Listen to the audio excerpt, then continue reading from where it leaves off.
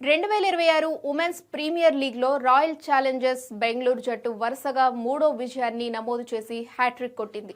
గుజరాత్ జైంట్స్తో జరిగిన కీలక మ్యాచ్లో తొలుత బ్యాటింగ్ చేసిన ఆర్సీబీ పవర్ ప్లేలోనే 43 పరుగులకే 4 వికెట్లు కోల్పోయి కష్టాల్లో పడింది. అయితే రాధా యాదవ్ తన కెరీర్ బెస్ట్ స్కోర్తో రాణించగా రిచా ఘోష్ మెరుపు ఇన్నింగ్స్ ఆడడంతో ఈ జోడీ 105 పరుగుల భారీ భాగస్వామ్యాన్ని నెలకొల్పి జట్టు స్కోర్ను 182 పరుగులకు చేర్చింది. అనంతరం 183 పరుగుల లక్ష్యంతో బరిలోకి దిగిన గుజరాత్ జట్టును ఆర్సీబీ బౌలర్లు కట్టడి చేశారు. ముఖ్యంగా శ్రేయాంక పాటిల్ తన స్పిన్ మాయాజాలంతో 23 పరుగులు మాత్రమే ఇచ్చి 5 వికెట్లు పడగొట్టి గుజరాత్ నడ్డి విరిచింది.